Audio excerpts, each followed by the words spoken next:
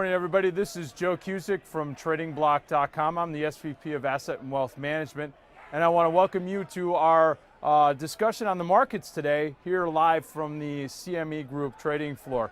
Now, the S&Ps and the NASDAQ yesterday broke through that 50-day moving average, going through that midterm or that midterm support. Now, that is a negative, and we're seeing the futures actually reacting to that today.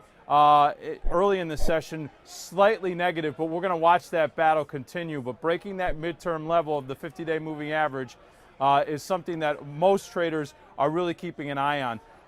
The NASDAQ really took the biggest hit, and the culprit was Apple. Apple pulled back considerably yesterday and took the NASDAQ down with it. Now, one of the red flags that we want to look at today is the Russell. Those are those small cap, domestically focused stocks. They're very sensitive to the economic issues and forecasts that are going on here in the United States.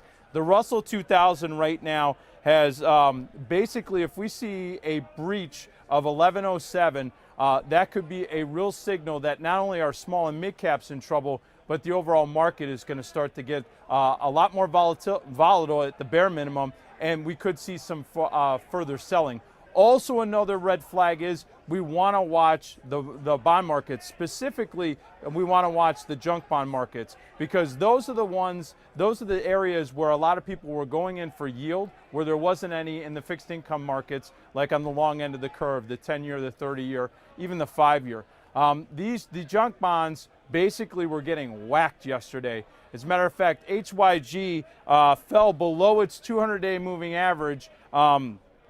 And that is yet another red flag that we want to keep an eye on. So those small caps and the junk bonds are really getting beat up right now. They've been lagging the market, and they have really come off hard, especially the junk bonds the last two sessions. Finally, taking a look at foreign stocks, the dollar has really weighted on the emerging markets. The emerging markets have been getting hammered the last couple of days, and that dollar strength is the culprit.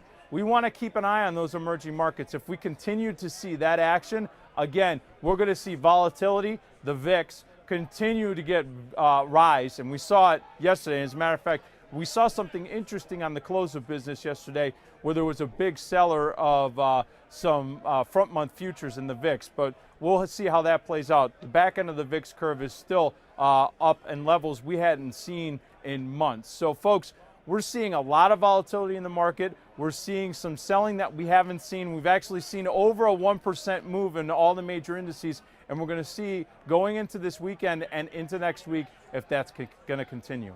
Well, that's it right now for the final trading day of this week. I want to thank you. This is Joe Cusick, VP of Asset and Wealth Management at Trading Block from the CME Group. Thanks, and have a great weekend.